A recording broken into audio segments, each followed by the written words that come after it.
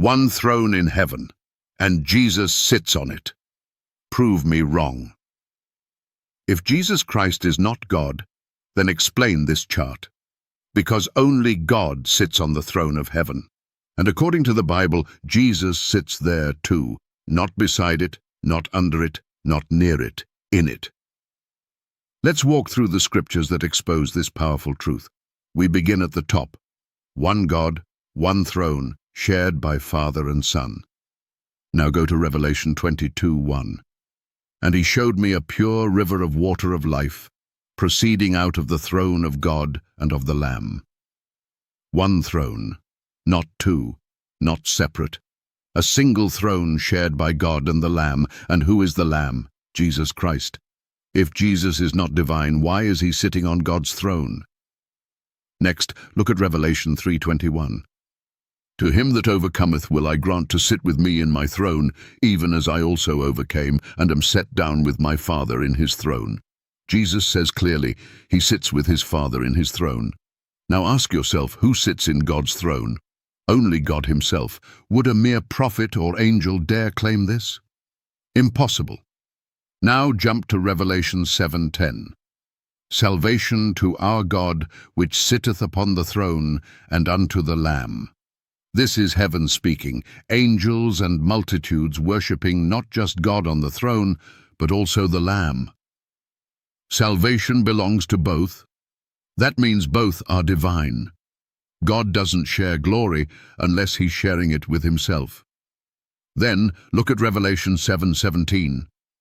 For the Lamb which is in the midst of the throne shall feed them. The Lamb, Jesus, is not near the throne, under the throne, or before the throne. He is in the midst of it. That means Jesus is on the throne of God. Again, ask, who sits there except God? It gets even stronger in Hebrews 1:8. But unto the Son he saith, Thy throne, O God, is forever and ever. Did you catch that? God the Father is calling the Son, O God. This is not a mistake. This is divine testimony. Jesus is God, and his throne is eternal. You cannot be God and sit on an eternal throne unless you are equal with the Father. The Father himself says it. Finally, let's tie it together with Revelation chapter 4:2.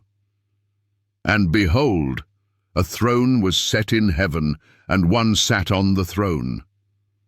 There's only one throne in heaven, and only one sits on it. Yet throughout Revelation we keep seeing the Father and the Son sharing it. So how can that be?